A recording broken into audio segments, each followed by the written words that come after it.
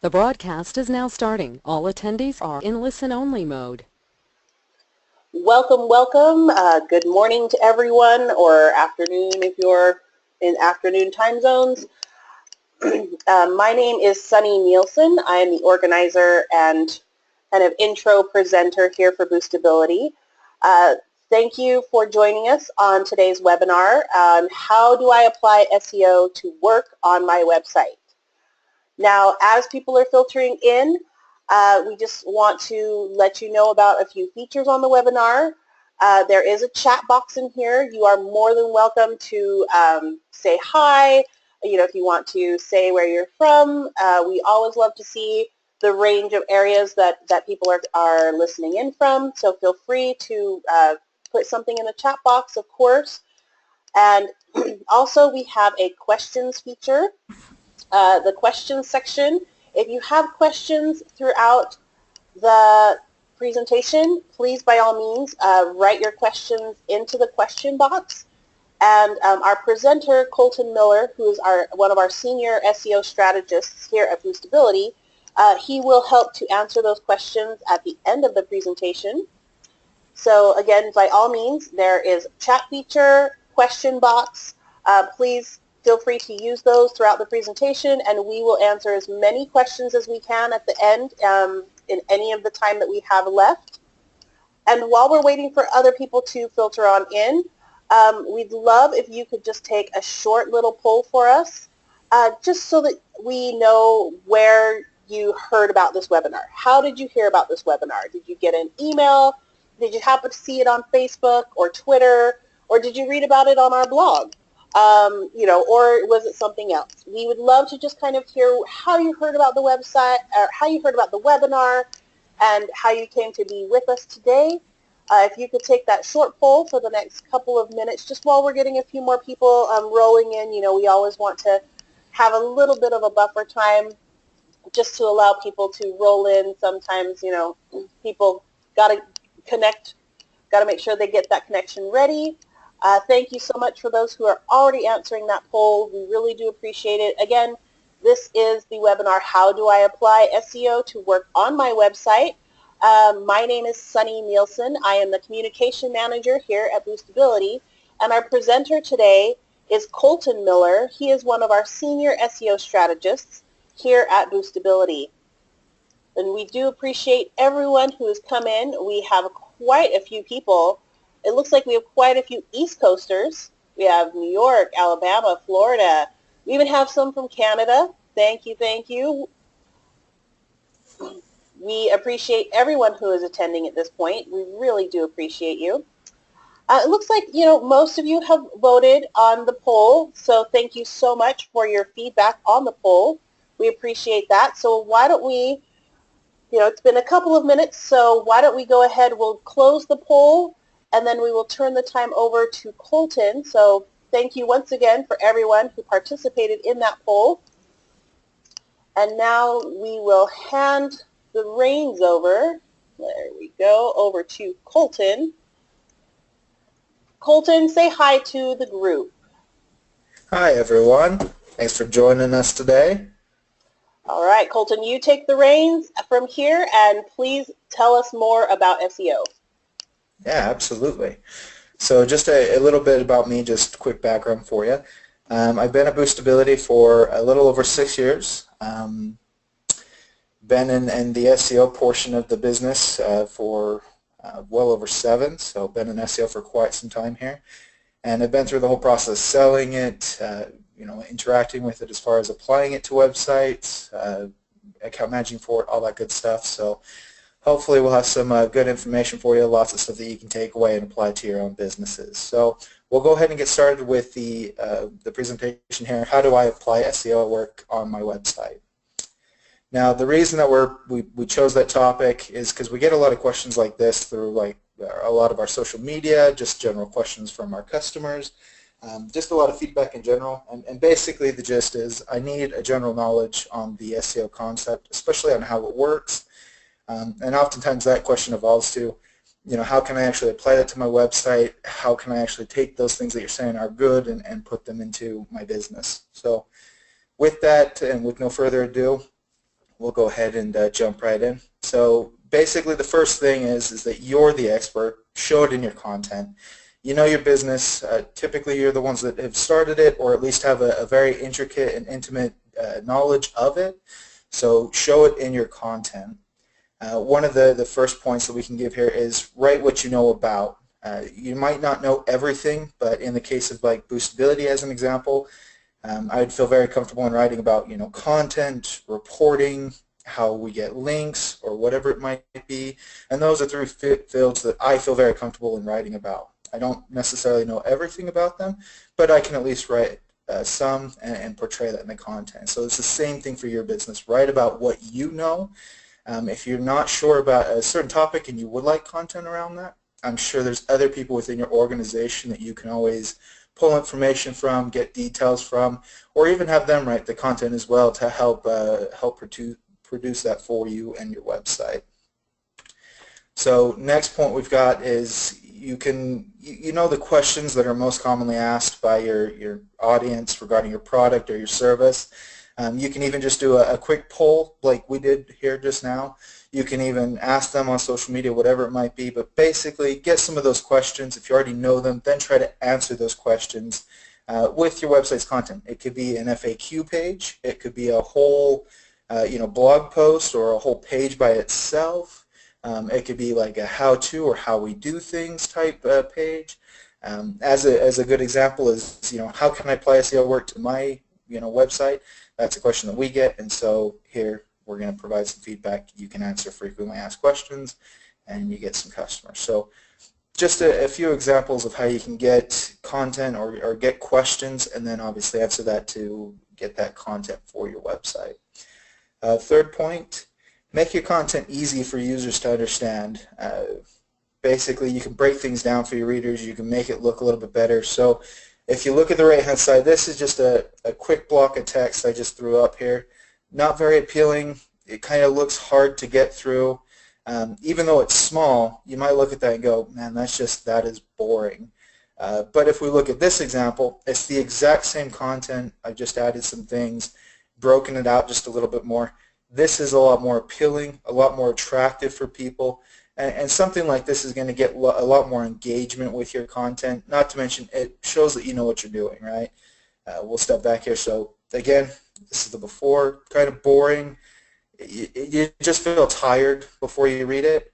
And then after you break it out, it's the same amount of content. There isn't anything different. However, there's just a little bit more consumable, a little bit friendlier for the eyes, whatever it might be.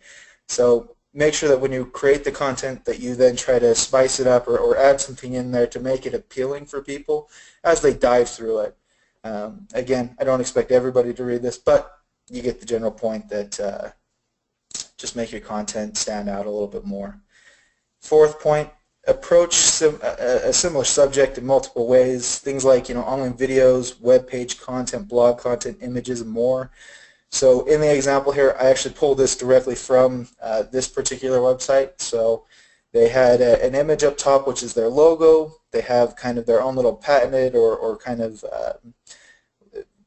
motto that they might have for their business. They had some pictures on there. They had some quick bullet points. They had a lot more content than what is here. And then they even had a video showing how the process works. So I picked this because I thought this was a great example where you would think like building blocks or building businesses out of blocks or building buildings out of blocks, really self-explanatory. There's probably not a lot to show here, but here they've got plenty of text. They had a ton of pictures. They had lists going through the features. Again, they had a lot of content about why, explaining all the different things. And then lastly, they had a lot of videos which were really awesome. In fact, the video that you're looking at there has something like 2.5 million views on YouTube. Just video, just them building what they do. So just to put it out there is that even if you look at something and you say, well, I don't think that that's very informative, or I don't think that people will really like that, you would be highly surprised by what people like and what people are willing to share. This is a great example where building blocks doesn't sound that awesome, but show me a cool video of a truck driving away and having a big old piece of equipment jump up on top of it. That's awesome, and people shared that a lot. So just make sure that when you do get that content and whatnot, try to create it in multiple different ways, videos, pictures, whatnot, just to help, again, diversify your content, make it more appealing, and make it so that people want to share it and all that good stuff. So we'll get into understanding the intent of your pages, especially when you create them.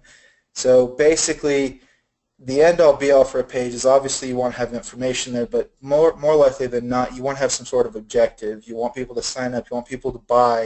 You want people to share. You want people to either be invested in your content or take some sort of action with your content. So basically, have a unique purpose for each page of your website. If you have a services page, do you want people to call you? Do you want them to email you? Is there a contact form that they need to fill out?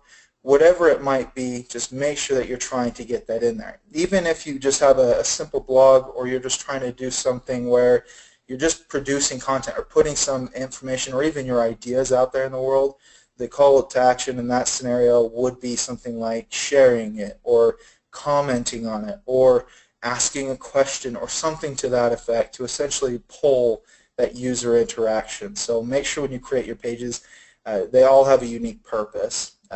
As an example, the picture that you see there, there's a funnel. Just try to keep that in mind. Is that page trying to educate somebody so that they remember you later, or is it trying to convert them and make them actually buy the product?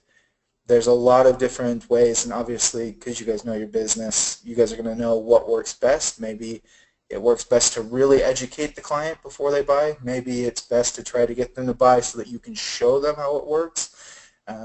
Whatever it might be, just keep those unique purposes in place for your page. So there's a few questions that you can ask yourself when you're creating a page to essentially make sure that you're on the right track when it comes to creating that unique purpose for a page. So the first one that you can ask is, does this accurately represent my business? Is this something that a client can expect or a user can expect? As an example, blogging. Are you going to blog consistently? Should they expect once a week? Should they expect once a month? Should they expect every day? Those are kind of questions that you should ask. Does it accurately represent your business? Some other questions you can ask is the tone correct? Is it too goofy? Is it too strict? If you're a lawyer, you might write content one way, and then if you own a bounce house or something like that, you might write it a little bit differently. So just make sure that the tone, the content, all of that is accurately representing your business, and again, accurately representing what people can expect from you and from what you're providing. Another question is, does this answer one question, one main question, or does it have one main purpose? So essentially, the question that you want to ask here is, is your page essentially tackling multiple subjects? We'll go back to that building block example. Is that, are you trying to convince somebody that they should buy the building blocks, or should they buy the entire crew coming out, putting it all together? Or maybe there's even molds. Are they trying to buy the molds? So you want to make sure that your page is either answering one of those topics or is answering kind of an overall, like having a service page is a good example. Or you might have all of your services listed on there, but at the end of it all, you might want to have other pages behind that talk about each service individually. So just make sure that there's a clear purpose with your pages, and that they're not just up there for like a bunch of keywords or spamming certain types of content, whatever it might be. A good example would be like a dentist. A lot of dentists, at least depending on how they work, will have the same landing page, but they have 12 of them covering 12 different areas, but the content doesn't really change. And so in that scenario, it might be best to maybe reevaluate it and try to incorporate some keywords into the main service pages, such as like your locations and whatnot, but not necessarily duplicate them. Things like duplication, they don't bring a whole lot of value to the internet, and they could potentially get flagged. So just keep that in mind. Again, a question is just to ask yourself, is there one main question or one main purpose for the page that you're trying to facilitate or answer by having that page? Last one that you can ask yourself is, can the purpose of the page be seen by simply scrolling through it? Essentially, when you're looking at your page, is there a clear understanding of what you're trying to have somebody do there? Again, if you have that same dentist example, if you have 12 different pages, same content, but they have a different keyword, it's pretty clear that you're just trying to get people there for the keyword, where if you had one page and it talked about teeth whitening and it just went through in depth, what should you do to prep for teeth whitening? How do you take care of it after it's done? What kind of stuff should you look at if you've never done teeth whitening before? Are there products that you should buy to prepare for it? All sorts of different things. Are there warnings? Are there best practices? And then obviously at the end, or somewhere in there, if you kind of say, well, if you're looking for products to buy, we offer them over here. Or if you're looking to, ask more questions and you're not seeing them here, go ahead and contact us. Things like that drive that main purpose of the page. And basically, you want to have that all within one area. Making somebody go through 5 pages to get all the content, probably not going to yield in a whole lot of conversion or a whole lot of positive user experience. But instead, if you can do that in one page and you can make it simple, think back to that example where it was that block of text. The block of text not really appealing, but having a very clear call to action at the bottom, call us today, having a picture in there, have it broken out by list, this is why you want to do it.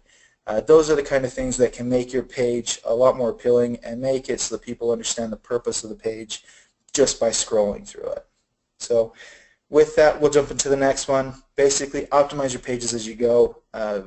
With me and with Boostability, I've run through campaigns that were 2 pages long and all the way through campaigns that were literally hundreds of thousands of pages long. And the frank reality is that a lot of people forget that you need to optimize your pages as you go.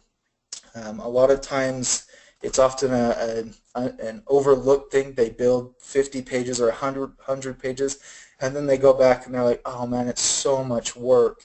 So probably the biggest piece of advice is optimize your pages as you go. If you do that, you're always keeping up with best practice, and at least you're doing something to optimize these pages and make them as user-friendly as possible.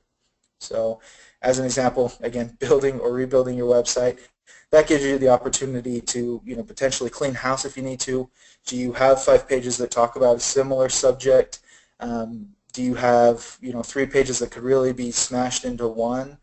Is there a better way that you're offering things that maybe some of your content's outdated? Or maybe there's things that you need to add. If you're doing a rebuild, as an example, you might be looking at a bunch of competitors, or you might be looking at other websites and you say, you know what, I really need an FAQ page, or I really do need an end of buying cycle where somebody knows what happens after this or what should be expected. And so there's a lot of different avenues that you can essentially say, this is what I need to do to prepare to essentially enhance your website as you go. So there's a few things that you should look at, again, at optimizing your pages as you go. And I'll say before we get into it that some of these may apply heavily, some of these may not apply heavily. They all kind of have the same weight, I would say, when it comes to SEO value. So the more you can do, the better. But if you can't, hit 1 or 2, or if it's something that you're not able to do with your CMS or whatever it might be, don't stress about it. Don't pull your hair out. Just do what you can, and that's good enough, at least for the time being. And then obviously you can pull in experts, or maybe you can do that rebuild and whatnot and try to enhance your site more at that point. So a few things you can look at, things like your meta title and description, your page layout, image alt tags. So we'll kind of go through. So your meta title, just as an example, is what people will oftentimes see as the little blurb of text below your URL inside of search engines. It's also good for other crawlers that might hit your website, just understanding what a page is about. Page layout, that kind of goes back to that text example, that block of text, where just make sure it's appealing if possible. A good example of this is a lot of architecture websites. You'd be surprised that in reality they actually don't need or don't want a lot of content on architecture websites. They want a lot of pictures. They want to show what they've done, what they've completed, what they've designed. And so in that scenario, it's going to be very picture heavy, where if you're going with something like law, you probably want to know a lot of credentials, a lot of history, a lot of what they've done, and you probably want to know a lot of text, that way you know that they're that they're on par, that they're going to be what you're looking for. Image alt tags, basically what that is that's something in the background that the search engines can crawl for images. In the case that somebody's using like a blind type website browser, it will essentially call out what that image is for them. So you have an image of a dog, you have your alt image tags in place. When they scroll over that, or if they go over that, it will, through their speakers, call out, image with dog, or brown chocolate lab and park, if that's what you have it named. And again, search engines use that to help identify what those pictures are, and it's another opportunity for you to optimize for keywords, or to just optimize in general to make it a better user experience. So content to links ratio, basically this is where you don't want to have 100% navigation on your home page. As an example, if you're looking at your home page and it's basically a picture and then it has 14 links going to your other pages, that's a very poor content to links ratio. And so what you want to have is a good block of text or a reason why they're there. So on your home page, you may want to explain who you are, how long you've been in business, just very high level what it is you do and who you service, and then from there having those links and those navigation, and that will help improve that content to links ratio. Content to HTML ratio. So very similar concept, but more on the back end. So when you're designing a website or you have a CMS, it's if you have a CMS like Weebly or WordPress, something like that, it's going in the background and it's creating this HTML code for you to essentially put in bold segments or paragraph segments or header segments, even pictures. And you want to make sure that that code is clean. If you're using a really outdated CMS, or let's say your website is really old, it might have a lot of inundated code with it, and that can really throw off the crawlers if it's done improperly. And basically you don't want to have the crawlers running into that issue because they'll just abandon your website. So when possible, you want to try to have a ratio somewhere around 30% if possible. I don't stress this one. This one's not a huge ordeal. I'll give you an idea. My own blog has around 50 to 70 depending on the page. So really not a big deal on this one, but a best practice. Again, if you're running into a page that has just a lot of coding on the back and you don't know why, and it's throwing up like an 80 to 90% code to or content to HTML ratio, maybe it's time to start looking at a new CMS or a new platform to essentially develop your website on. So your H1s, your H2s, H3s, these are short for header tags. These are going to be, think of them like a title of a book. So they're going to be essentially at the, the chapter of a book. So these are essentially the big tags or the big titles that you see when you go into a website or go into a web page. And so you want to make sure that those are including your keyword, those are including the main point of what that page is about. If it's an FAQ page, it doesn't make a whole lot of sense to stuff that with a bunch of keywords, but instead keep it maybe more basic with frequently asked questions by our customers or frequently asked questions about our product, whatever it might be. Or if you get into your service pages, that's maybe the place where you can say teeth whitening or building blocks in Missouri or Utah or whatever it might be. So just, again, optimize those as you go. Above the fold content, so give you an idea is when you're looking at your browser or you're looking at your computer as a whole, this is going to be anything that you see before you have to scroll down the page further or before you even have to move your mouse to go up and down a page. You want to try to have as much content as you can above that. Again, not overkill. If it makes sense to have a picture to pull people down, take the picture over the content. But in general, you just want to show people that there's substance on that page, and not to mention it's easier for people to see it, right? They're going to look at it. They have a better chance of reading it. If they have to scroll down a lot to read all of your content, there's a good chance that they're either going to get bored or they're going to try to find somebody else who's maybe a little bit more concise, and the abandonment is what you don't want there. So above the full content, pretty important. Again, something you can do as you go. Accurate and updated information. So like we had talked about with the rebuilding or even building your website, it's not a bad practice, and it's a very good thing to go back through your content, even if it's, let's say 6 months old, and just kind of run through it again and just say, is this up to date? Did I learn something new? In the SEO space here, we have to do this quite a bit with our own blog, where things that we talked about a year ago or 2 years ago, or I mean even 3 months ago, it's been tweaked. It's not valid anymore, or maybe there's been an update to what is best practice or whatever it might be. And so there's a constant having to go back through and refresh it and just make sure that it's fully up to date.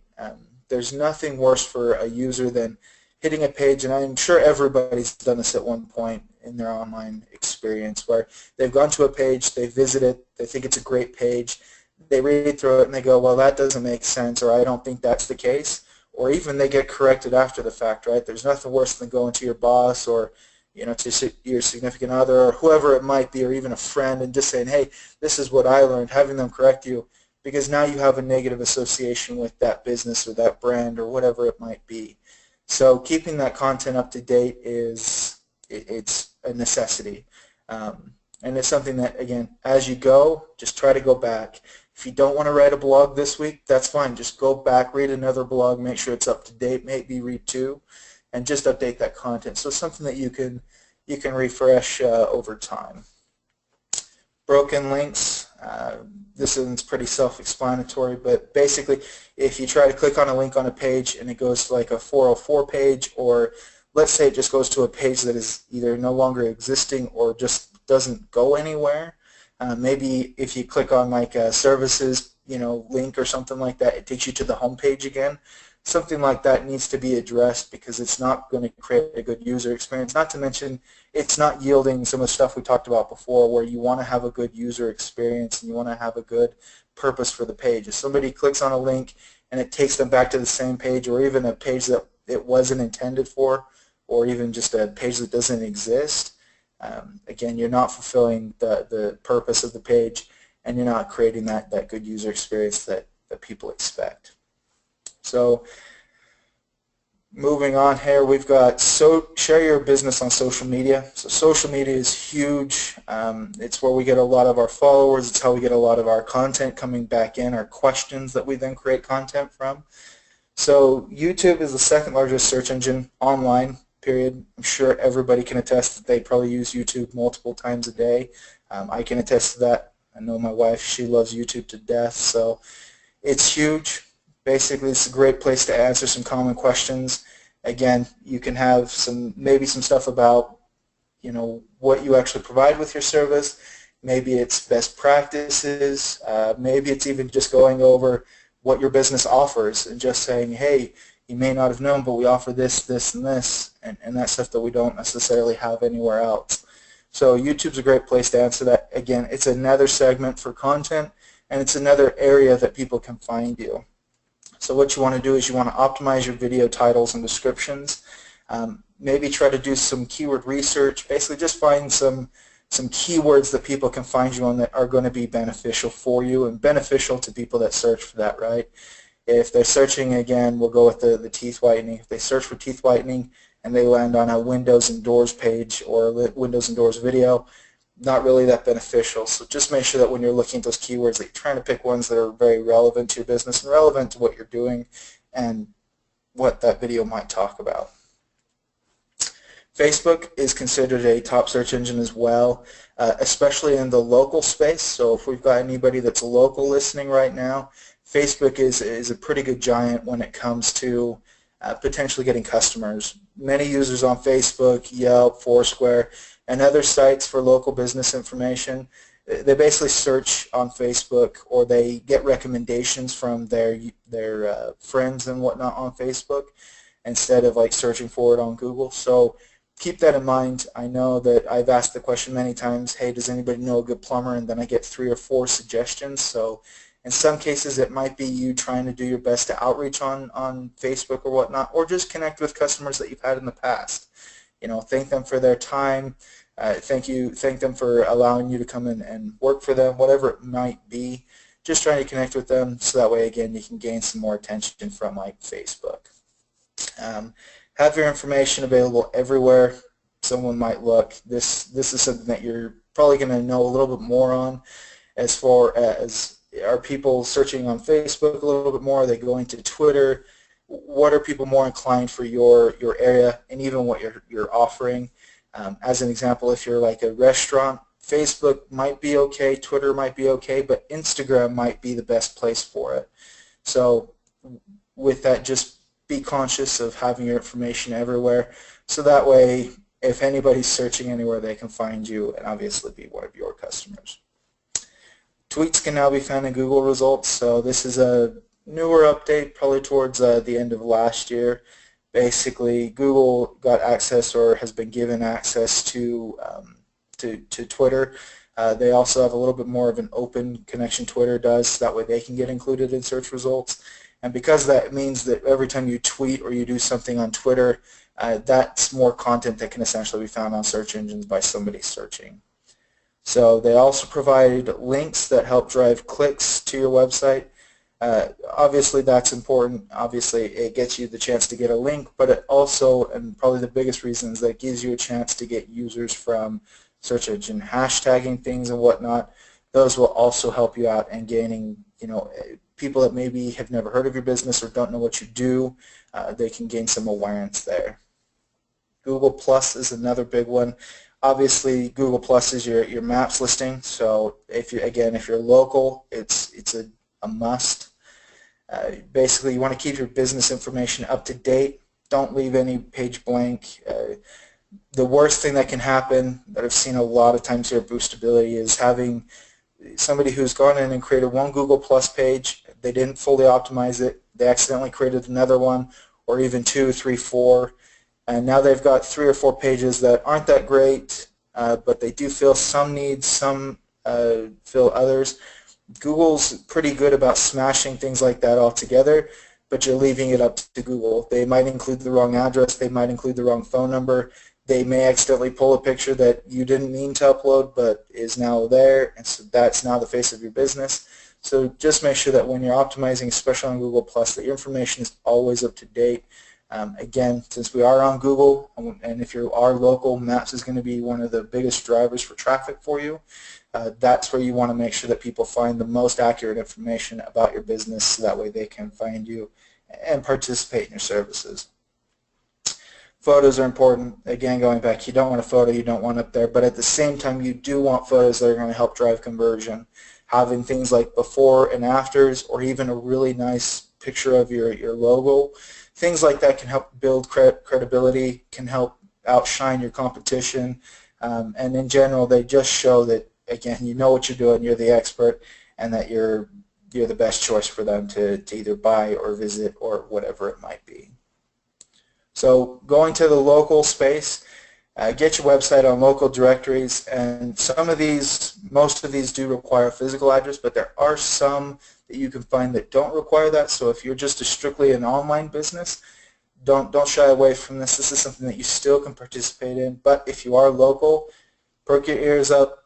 This is going to be probably the biggest information for you. It's something that's a little bit more actionable from a link standpoint, and something that if you're already doing, just double check that you're in some of these places. So obviously you want to be on Google Maps. Like we just went over, Google Maps is a fantastic resource since we are talking about Google, and if you are local, that's where you're going to get most of your traffic from, and that's where you're going to get most of your conversions. So optimize it. If you're not there, get there.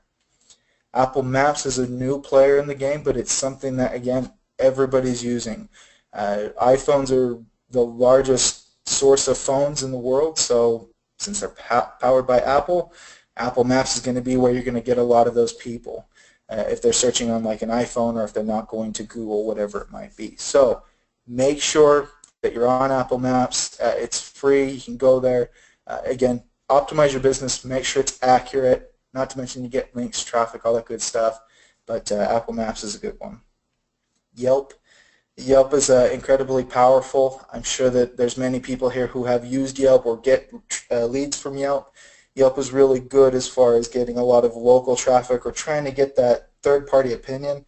So instead of like going onto Facebook and getting your friends or your family's opinion, you're going onto Yelp to find other people's experiences, how they were, And so that's a really high and powerful place that you can essentially get your business into to help get you more leads locally. Foursquare is another great one. I remember when Foursquare was all the rage, something like 4 years ago. Foursquare is still very much around.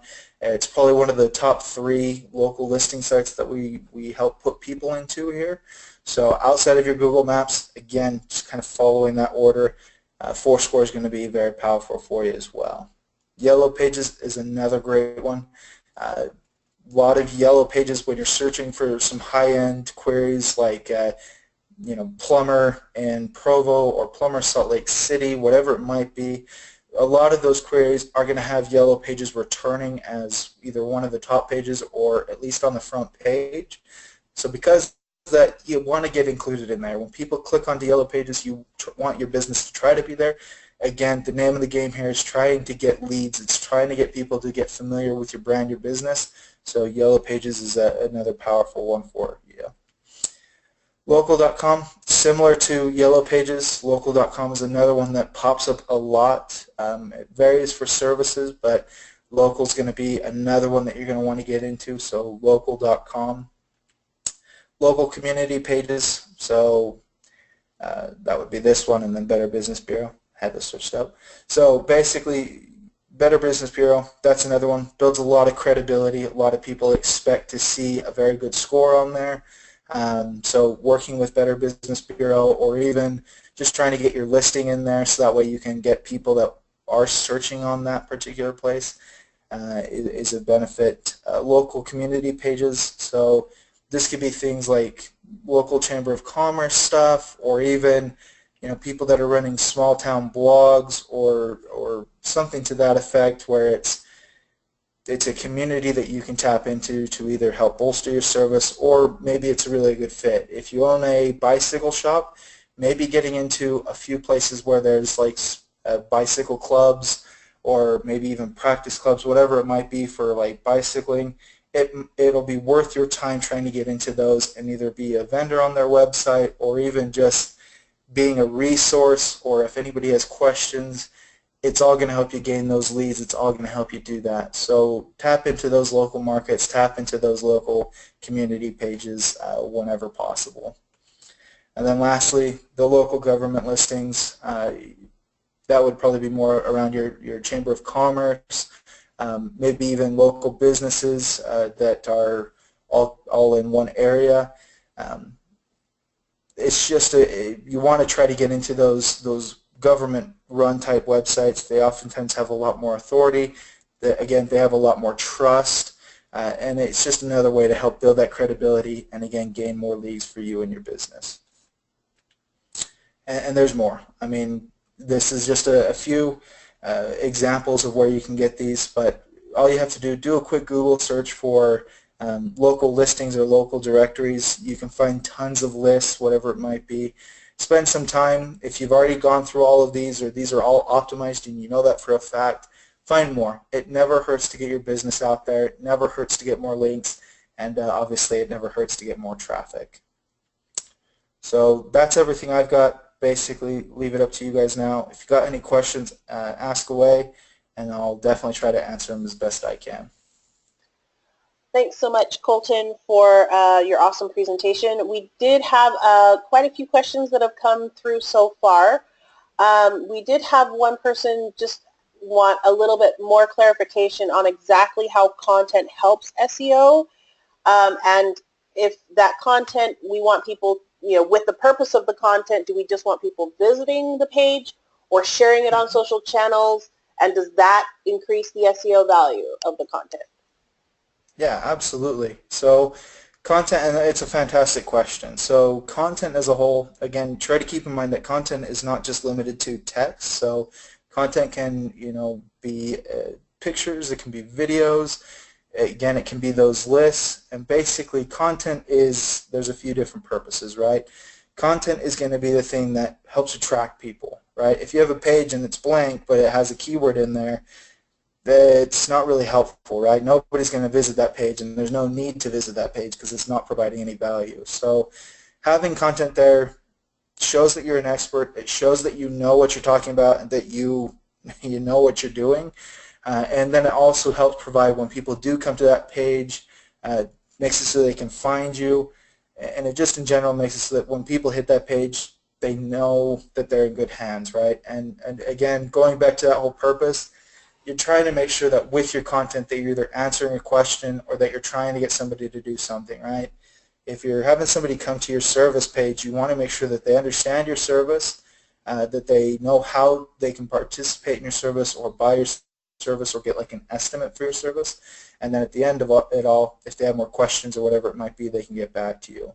So answering it with the content is going to be the driver to show that you know what you're doing. It's going to be the driver to help search engines and other people find you, and then in the end of all, content's going to be the thing that's going to allow people to convert to your business or whatever you're offering. And then the last portion, which I would kind of put to the back of your mind as far as making it a priority, but that shareability. If you do the first three things right, where it's something people can find, something people can read, and it's something that has purpose, the last one, which is getting people to share it, will be just kind of a natural shoo-in. It'll naturally fall into place. If you're struggling to get one of those first three things, put your focus and your efforts there, and that will lead into the last one. Content should be there to help people and other people that are trying to find your business or find your service or read more about it, or even just understand it, right? So this is a good example where, you know, we're not necessarily trying to get leads from this, and we're not trying to sell you guys. We're just trying to put information out there, so that way if down the road sometime eventually you feel like you need SEO services, you can always look back at Boostability. So don't be afraid to have that with your content as well, where it's just informational, it's just to get some stuff out there so somebody has some use for it, and obviously they can remember your name later on. Thank you so much for that answer, Colton. Randy had a question. He apparently has 25,000 SKUs on his website, and he was asking, how do you even optimize for that many pages? So he has 25,000 pages or 25,000 views? SKUs. SKUs. 25,000 SKUs on his website.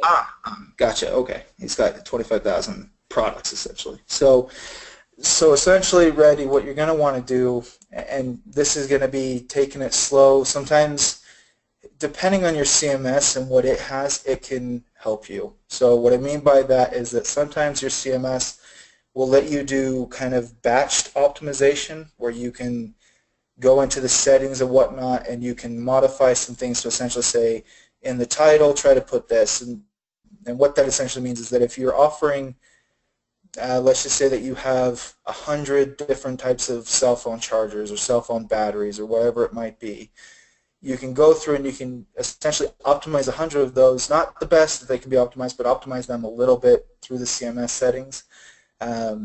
If you have that as an option. If you don't, and it's just one of those things where you're looking down 25,000 pages and you're saying, where do I start? I would say start with either what sells best or what you feel sells best, or start with what you want to sell, or even just what you want to promote. That's what we do here at Boostability. Is when we get a client, we ask them, you know, what do they want to start with, who do they want to sell, what's the big money makers, what converts best, right? Sometimes if you're, you know, advertising for like TVs, doesn't convert a whole lot. When it does, it's good money, but you're not really looking for a lot of conversion. So maybe it's something that's in between there. Good experience that I had with Boostability a few years back was I was helping somebody, and he had just a ton of products. And so same exact scenario, where do we start? He had a lot of stuff that he wanted to try to promote, and the best advice that we gave him was try to focus. And so for him, he wanted to focus on lawn gnomes, and so we optimized a bunch of his lawn gnome pages, only like 5 or 6, that because he didn't have that many, but we optimized those pages to start with.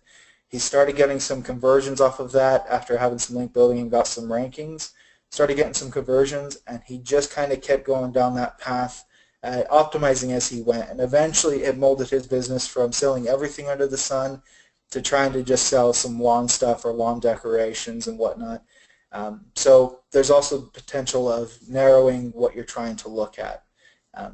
The biggest thing I can give you, Randy, is just start somewhere.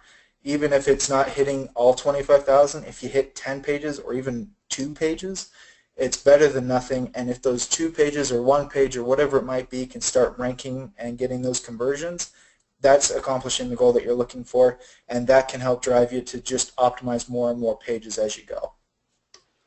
Thank you so much, Colton. I appreciate that response. Very informative. A couple people had some questions based on your optimize as you go slide, particularly around the content to HTML ratio. A lot of people, Angie in particular, was asking, how do I actually check my HTML ratio on my website currently? Yeah, great question. So there's a few places that you can go, and this isn't anything that you're necessarily going to find on like your CMS or your website building platform. You might sometimes, although I kind of doubt it. So a good place that you can go is called Youre. It's exactly how it sounds. It's WOORANK. In fact, I've got the chat here, so let me go to the chat and I will type it in there so everybody can see that. So if you go to woorank.com as an example, it will go through and it'll give you a really good outline and audit of your website as a whole. And so in there it will have one segment or one metric that it looks at, which is this content to HTML ratio. And what it's doing is it's looking at your home page and it's going to essentially give you what that is. Again, this is one of those points, like I was saying on the slide, is I wouldn't get hung up on it. Again, unless you're pushing that 80 to 90, which is pretty rare. I've only come across that, and keep in mind, I've looked at thousands of websites. I've only come across it a handful of times, only 3 times that I can distinctly remember.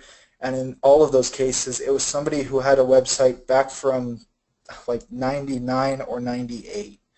So we're talking really old websites. If you just barely got a website, let's say newer than like 2010, you're probably fine. If you just barely built your website, again, you're probably fine. But even though, go through, check it. If it's 80, 90, be a little bit concerned. Not enough to like trash your website, nothing like that. Maybe something just to see what you can do as far as either rebuilding or finding a new CMS. But again, if it's lower than that, like I said, my own personal blog is runs around somewhere between 50 and 70% constantly, just because of the platform I use, and that's fine. It's okay. It makes it a little bit harder for the crawlers to go through an index, but if it's done correctly and if the content is good and if it's something that's not duplicate, or it basically comes down to if it's worth the search engine's time to go and crawl that, and you know that for a fact and you feel that way, then I wouldn't even stress about it. I wouldn't worry about it. Most of the time you're going to be somewhere between 30 and 40%, which is definitely acceptable. So again, if you have a website that's newer than like 2010, don't even worry about it. You're almost guaranteed to be in the clear. If you want to double check, go to that website, that woorank.com. Run that. You can look at that. That can also give you some other tips as well as far as what you should be concerned about. And then obviously move on from there. Thank you, Colton. Our next question comes from Randy, and he was asking about the term above the fold that you had mentioned. And he was asking, above the fold is based on what size monitor? Because you were talking about, the first thing that you see without scrolling. Can you clarify size and things like that for him? Absolutely. So it's one of those things where I wouldn't necessarily get hung up on it. The size of the monitor is going to vary. So as an example, I'm working off of a 15-inch screen here. When I go back and I sit at my desk as an example, it opens up to like a 20-inch monitor. So there is a little bit of a size difference. Most of the time, a lot of your websites are going to resize or kind of move with the width of the screen, which means that more content is going to appear above the fold. What I would try to do is just try to get users' attention before and above that fold. Basically, the good gauge of this for you is take your phone out, look for your website on your phone, and if you can find either some content or something that gets you to scroll down, you're serving the purpose already. Don't worry about trying to shove more content above that fold. If you're looking at it through a desktop, you're fine. Again, if you're looking at a mobile and you're like, well, some of this could get changed a little bit, or I don't see a whole lot, maybe you could look at reworking some things and trying to put some content above that fold. The smallest that you're ever going to go with your content traditionally is going to be a phone, and even then, you're not going to go much smaller than that. Most of your audience, at least depending on your business, right? If you're a local business, you probably need to be a little bit more concerned about having it work on a phone. If you're something like, an e-commerce, or you're dealing with a lot of products and you're dealing with a lot of, national stuff, a lot of those queries are going to be done with either a tablet or they're going to be done with a desktop. So that's the two areas where I would primarily focus on. But again, if you're worried about it or you're unsure or you just want to double check it, go to your mobile phone, look up the page or whatever you're trying to essentially optimize for, or just gain some understanding about, look at it. If there's something, whether it's a picture or maybe it's one of those H1 tags or even the content in general, and you can see that and it's kind of pulling you down and you're saying, I want to see more instinctively, then you're fine. Again, don't even worry about it. The size of the screen, I wouldn't get hung up on. It's going to vary so much from everybody. They're trying to make it perfect across all the different monitors and screens. Not really beneficial. Just in that case, focus on the content and whatnot. Just make sure that there's something to pull those users deeper into your page. Thank you so much, Colton. Matthew had a question about his blog, and he asked, should your blog be on the website as well as video, or can it be quote-unquote off-site? Can you expound on that? Yeah. So you've got a few options. I mean, from my end, and I've done this as well, where I've created a video and said, well, should I just put it on my website? Should I just keep it on like YouTube? Or should I put it on both? And in my personal opinion, I say put it on both. Unless you're trying to really force people to go to your website, which it could be, more oftentimes than not, especially if you have like a blog or something to that effect, or if it's more informational, you're just trying to build the brand, right? You want people to remember your website or whatever it might be. And so because that, I say put it on both. Optimize it for YouTube, but keep it on YouTube, and from there you can either put the link in your website or you can even embed the video on your website, and then it's in both places. People can find it in both areas, so it creates good user experience on your website. It creates a good user experience obviously on YouTube, and then people can find you on YouTube, they can find you on Google and other search engines for your website, and you're just satisfying both. And obviously most of the times those are going to kind of cross-link, or as an example, your YouTube, if you have your video up on YouTube, you can have a URL in there or saying where it's coming from or who published it, and in that case you're going to get a link back to your website. So if somebody's on YouTube and they're saying, man, I really like this guy, but I don't know where he is, they can find that website, click on it, and then they can go to your website, and obviously they can dive further from there. So put it on both. If you want to, you can put it on one versus the other. I suggest doing both because it doesn't hurt and you get more traffic. Thank you so much, Colton. We had a question on, it was about toxic backlinks. George asked, how much of a big deal is cleaning up toxic backlinks on your site in Google rankings, and how would you go about cleaning up toxic backlinks? Yeah, absolutely. So I'll give you kind of the boostability standard, which I've helped curate and kind of create here. So after the release of Penguin back in 2013, there was a huge scare. A lot of people were saying links were dead, or building backlinks is a false hope, or it's bad. I can squash that. Links are good. They're still valuable. Even if you get links from like a directory website, while they don't have the power that they used to have, they still have something. And if nothing else, you have the potential of gaining traffic. Again, keep relevance in mind. I wouldn't just try to spam it to get links. But essentially, don't be afraid to build links, whatnot. When it comes to existing profiles or worrying about links that are already out there, I would take a simple approach of try to get Google Webmaster Tools, or it's called Google Search Console nowadays. Get that installed, get your website up on there, and basically Google will tell you if they feel that there's a problem or not. That's how we do it on our end here. So we get somebody set up with the Google Search Console. or Google Webmaster Tools, whichever one you're familiar with. They're the same tool. They just renamed it. But basically, get that set up for you. If Google looks at your backlinks and they say, there's a problem, they'll give you a warning. If it's like a partial, manual penalty, something like that, where it's only impacting one page, read what they write, what message they give you. Oftentimes on our end, we get a false red flag where somebody gets hit with a quote-unquote manual penalty, and when we look at it, Google basically is saying, hey, we found some links, but we're going to take care of them. You don't have to worry about it. And in that case, again, you're home free. You don't have to worry about it. Don't stress it. Just go ahead and move forward as you are with either building links or whatever it might be. If you have the other scenario where you get a manual penalty and it's saying, hey, you have a ton of bad links to your website, we're going to essentially penalize your website till you clean it. In that scenario, there's a few different things you can do, but more likely than not, look at the examples they're giving you so that way you understand what is not working for them, and then go through, download your links from, again, Webmaster Tools, Search Console. You can get your links from there. You can get your links from a place called Majestic. You can also go to like Moz, M-O-Z. You can get your backlinks from there. Ahrefs, if anybody's ever used that, that's ahref.com. That's another place you can get your links. But basically get a list of your links and then go through, and it might be tedious depending on how large your website is, but go through and double check your links. Say, if you're a plumber, does it make sense that you're getting a link from a dentist? Probably not. Although it might make sense. It might be a buddy of yours who's saying, hey, I really trust this guy and it is a good link.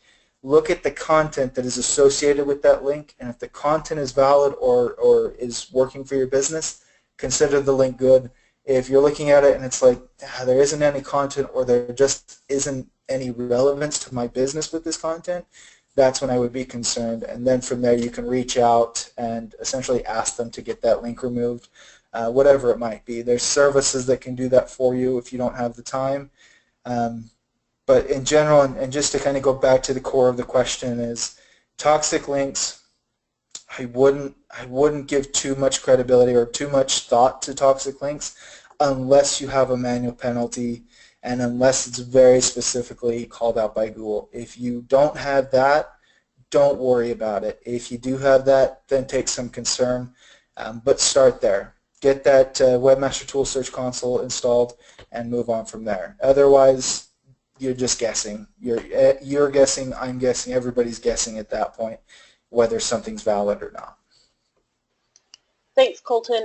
Jim asked what websites he goes to get on Apple Maps and Google Maps, and I did answer him for the Google Maps, but I am unfamiliar on how to get listed on Apple Maps. Do you know the answer to that? Yeah. Let me...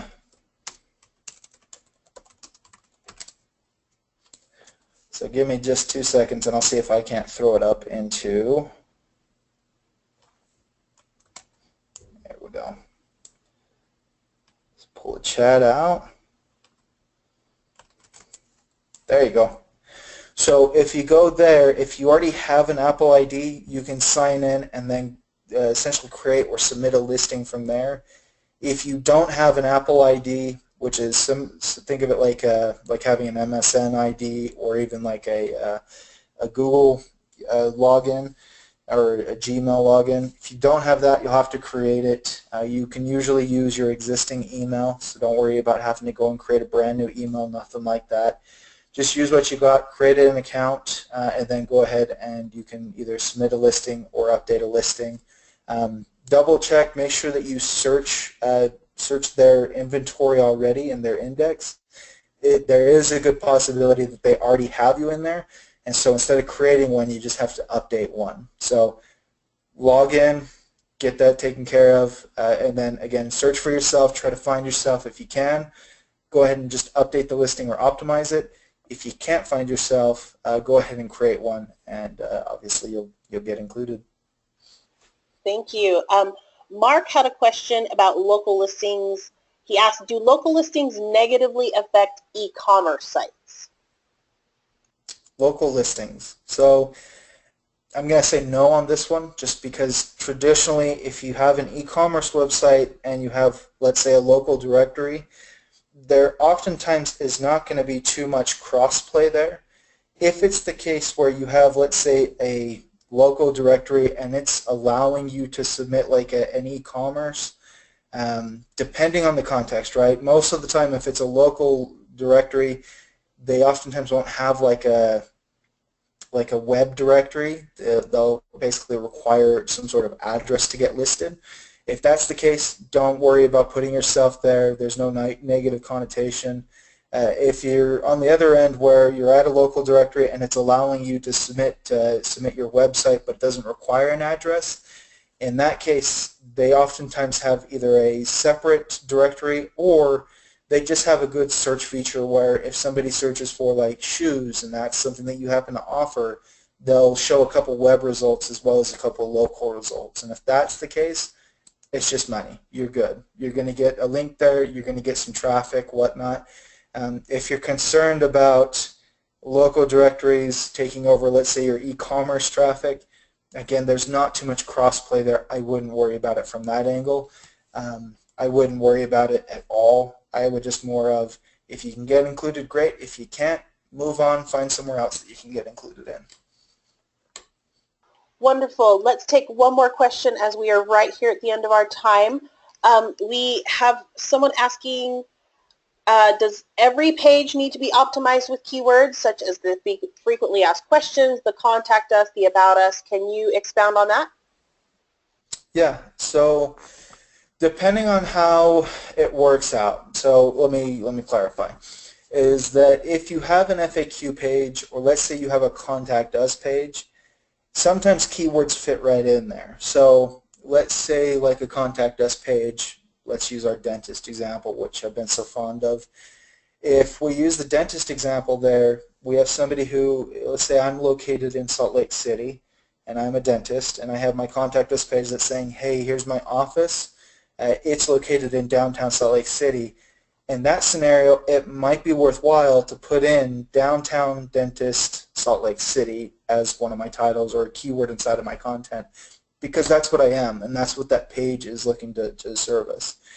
If, as an example, I'm saying teeth whitening in Salt Lake City, probably not the best keyword to put into like that contact us page, but that might be beneficial to put into like the service page or whatever it might be.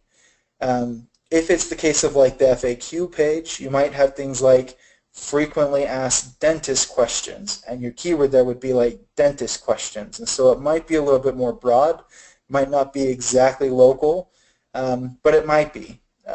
Because we're here in Utah, we have higher elevation, and I'm not sure, I know it affects our microwaves and stuff, but it might affect other things such as like the plumbing. It might affect things like dentistry. It might affect other things as well. And so because that, it might in those cases be beneficial to include things that are localized. So if you're answering some very technical questions that deal with your particular area, let's say if you're like in the south and you have a lot of humidity, you might be saying, hey, humidity really screws up when you have fillings or whatever it might be. Pure example. I don't know, not a dentist. But if that's the case, you might want to answer that question, and then you can put that keyword inside of that page. You know, frequently asked dentist questions in Southern Florida or whatever it might be. So I would just say, when it comes to incorporating keywords into pages, as often as you can, that way you have a purpose for the page. It gives good direction, right? If you know you need to optimize for teeth whitening in Salt Lake City, you know what your content has to be framed around, and you also have a good purpose for the page. You want to try to either sell people or inform people that are in the area about that service. And so I would just say do some keyword research as best you can. Try to apply some of those keywords, but don't force it. If you can't find a good keyword that matches what that page is talking about, just write a good title, write whatever it is that matches that page. Don't force it. If you have to force it, you've already lost it. Just don't worry about it. Thanks so much, Colton. We do have one quick little question that I think a lot of people here would probably like answered from Colleen. Yeah. She asks, how do you find your backlinks? And I think that would probably be a good question to end on. Absolutely. So I'm gonna assume that there's two ways for this that we're looking at. Is how do I find existing backlinks or backlinks that are already created, and then there's the other avenue of how do I essentially go out and create backlinks. So we'll start off with the create backlinks. Basically, there's a few different avenues you can do. You can try to find another blog or somewhere that is just informational about your service or your subject that you're an expert over, and you can essentially ask them, you can message them, email them, and say, hey, can I write an article, can I write a blog for you? And basically the trade there is that you're going to write content for them, they're going to post it, and in turn you'll get a link. You can also do those local directories or even web directories. There's social channels that you can share your website on. Again, you get a link back. You're probably doing it more to get the people, but you could get the link. And then there's other places like if you hit a blog and it talks about what you're talking about and you're saying, you know what, there's 9 ways to skin a cat as an example, and you listed one and I want to give you some insight on another way. There's a good chance that you can comment on there, oftentimes include your website. Again, that's another way to get your backlinks. So essentially what you're trying to do is find relevant content external from your website and either participate or create or share or promote your content or whatever it might be to try to get a link. If it's the other way around where you're saying, I'm trying to understand what backlinks I have or who's linking to me, you can use some of those tools, and I'll put them in the chat box real quick. There's moz.com. That's a great resource, one that a lot of SEOs use. I use it almost daily. There's another one called ahref.com. That's a great one as well. And then there's another one called majestic.com. And then just to give it to you here, we'll go to Google. And I'll give you this last one here.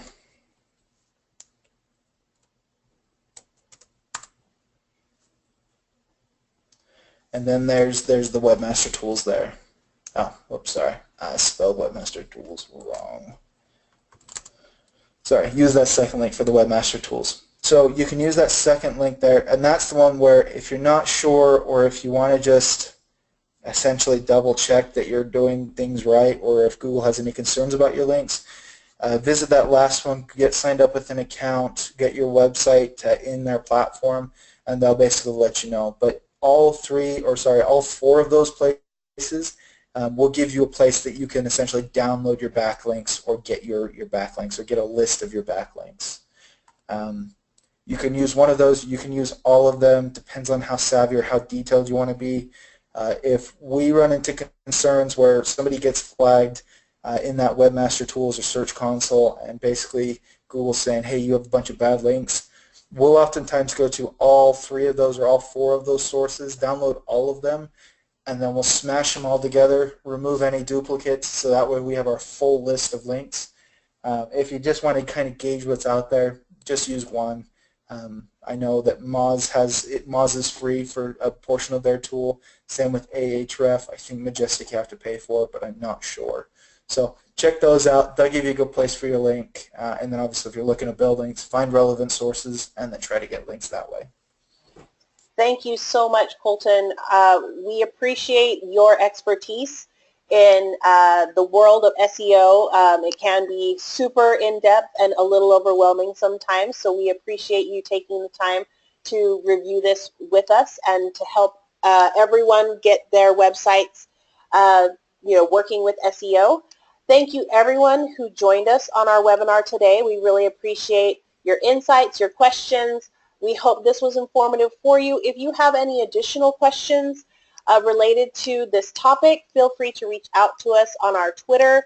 The Twitter handle is AskBoost, AskBoost. You are more than welcome to ask any additional questions there, or feel free to reach out, message us on Facebook. And you should be receiving a recording of this webinar so that you can go back and review it at a later time as well. So look for that email recording link that should be coming to you probably within the next 24 hours. And thank you once again for joining us, and we hope that we will see you again on one of our upcoming webinars. Feel free to look and see any of the upcoming webinars that are coming up in August and September. You can find those on our website, boostability.com. All right, once again, thank you so much for joining us, and we will see you next time.